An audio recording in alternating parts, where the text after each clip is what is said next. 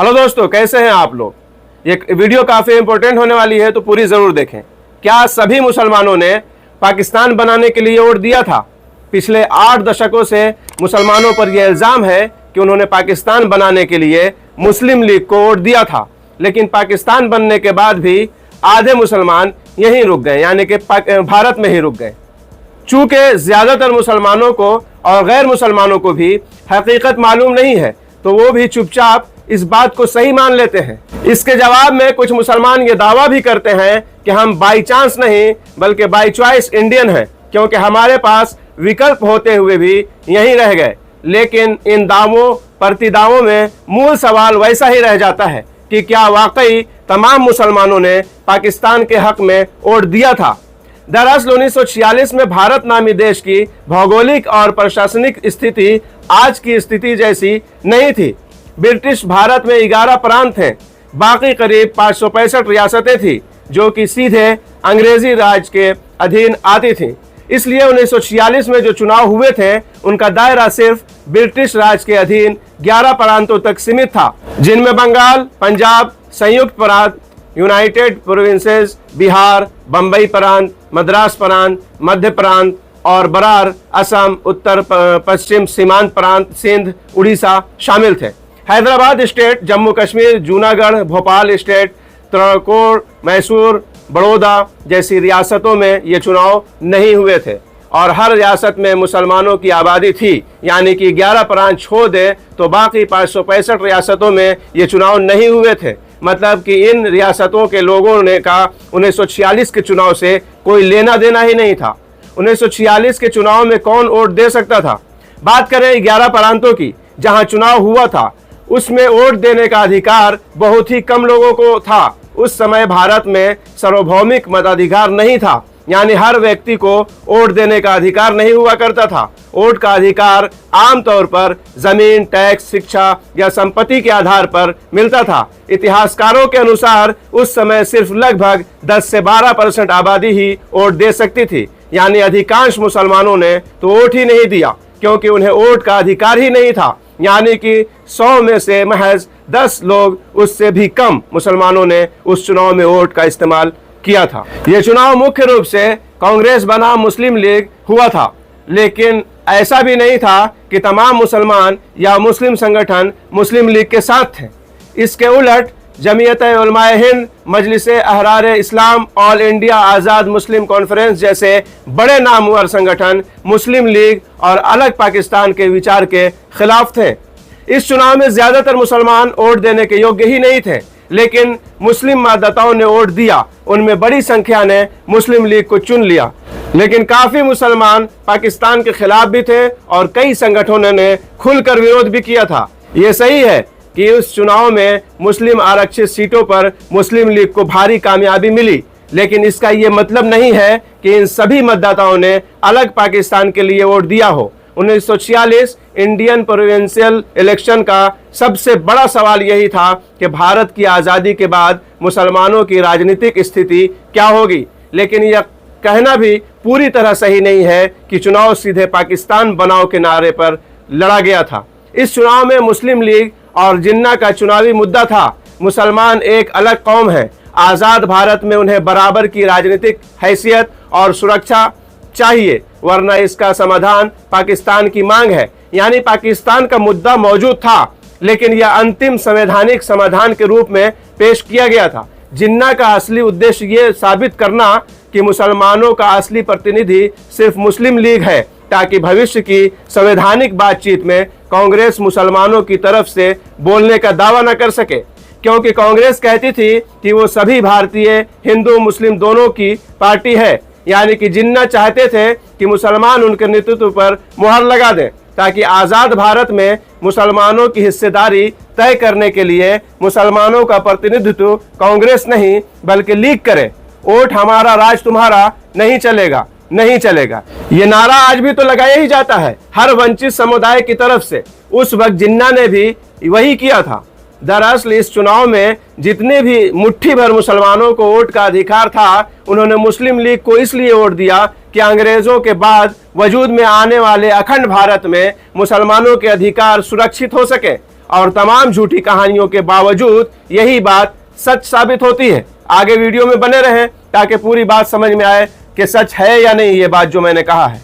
बहरहाल, क्योंकि 1946 के चुनाव में मिले प्रचंड जनादेश के बावजूद जिन्ना ने अलग पाकिस्तान की मांग नहीं की, बल्कि कैबिनेट मिशन प्लान को रजामंदी दे दी।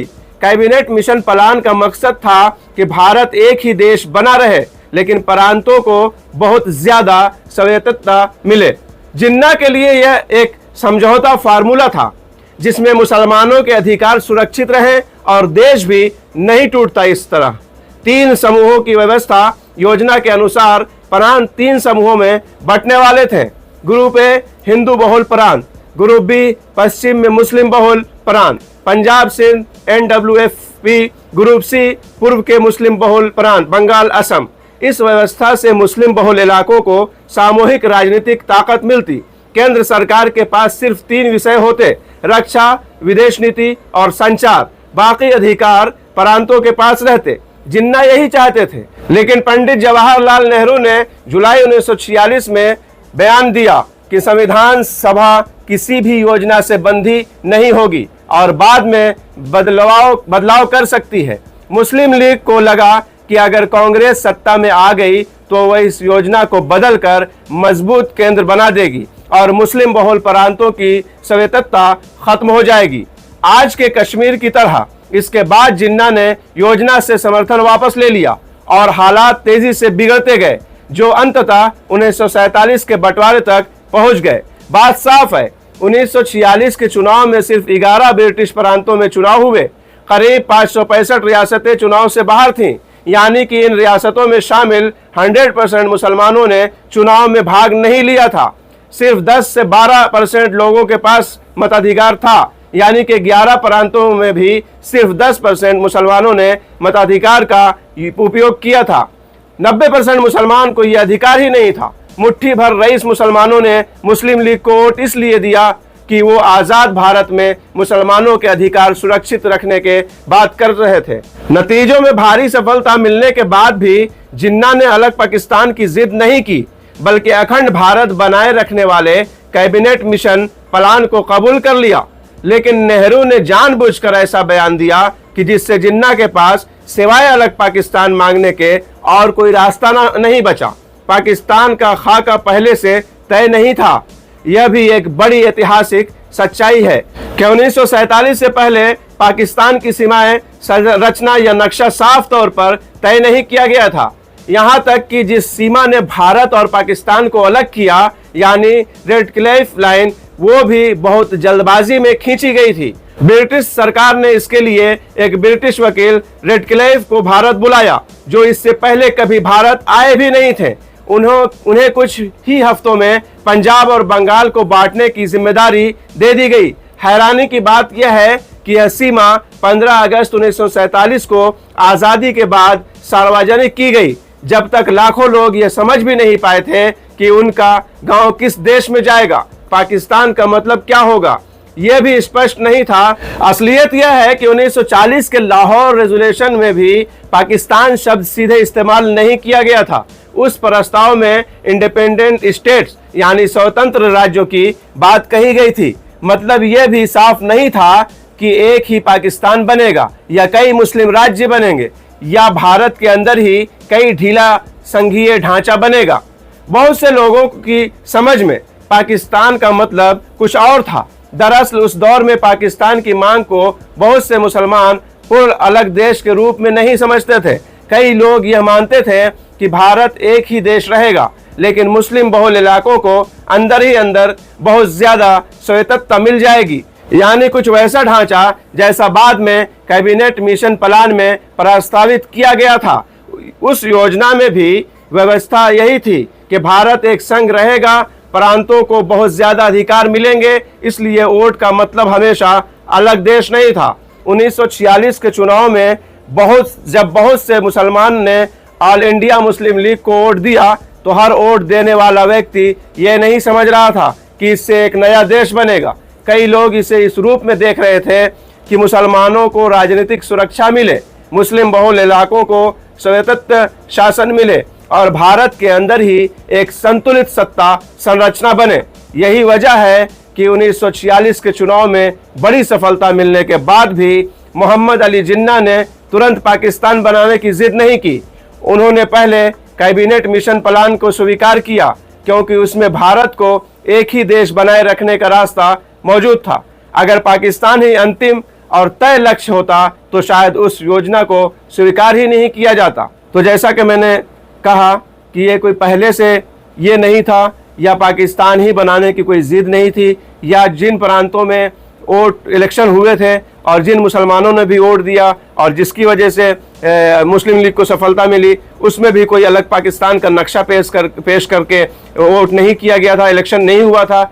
और उसके बाद भी, जीतने के बाद भी जिन्ना ने डायरेक्ट कोई पाकिस्तान की मांग नहीं की थी। जैसा कि मैंने बताया कि उन्होंने कैबिनेट वो सिस्टम जो है तो एक्सेप्ट कर लिया था, लेकिन पंडित जवाहरलाल नेहरू ने जो बोला और उसके बाद जो स्थितियां बनी, इससे पहले भी मैंने एक वीडियो, लगभग लॉन्ग वीडियो 17-18 मिनट की वीडियो होगी, जिसमें मैंने बताया था कि बंटवारे का जिम्मेदार कौन है। तो इसमें जिन्ना, सबको जिन्ना ही समझता है, लेकिन जिन्ना ने भी बहुत सारी, यानी कि 14 सूत्री फार्मूले के बारे में उस वीडियो में मैंने बताया है। तो आप लोग देख सकते हैं कि 14 सूत्री फार्मूला क्या है, और उस अगर से उन सभी को या उसमें कुछ रद्दोबदल करके कांग्रेस उसको एक्सेप्ट करती और साथ में लेकर चाहती चलना, तो चला जा सकता था। यानी कि भारत एक ही देश रहता, कोई अलग नहीं होता, पाकिस्तान अलग नहीं होता, तो आज बांग्लादेश भी वजूद में नहीं होता।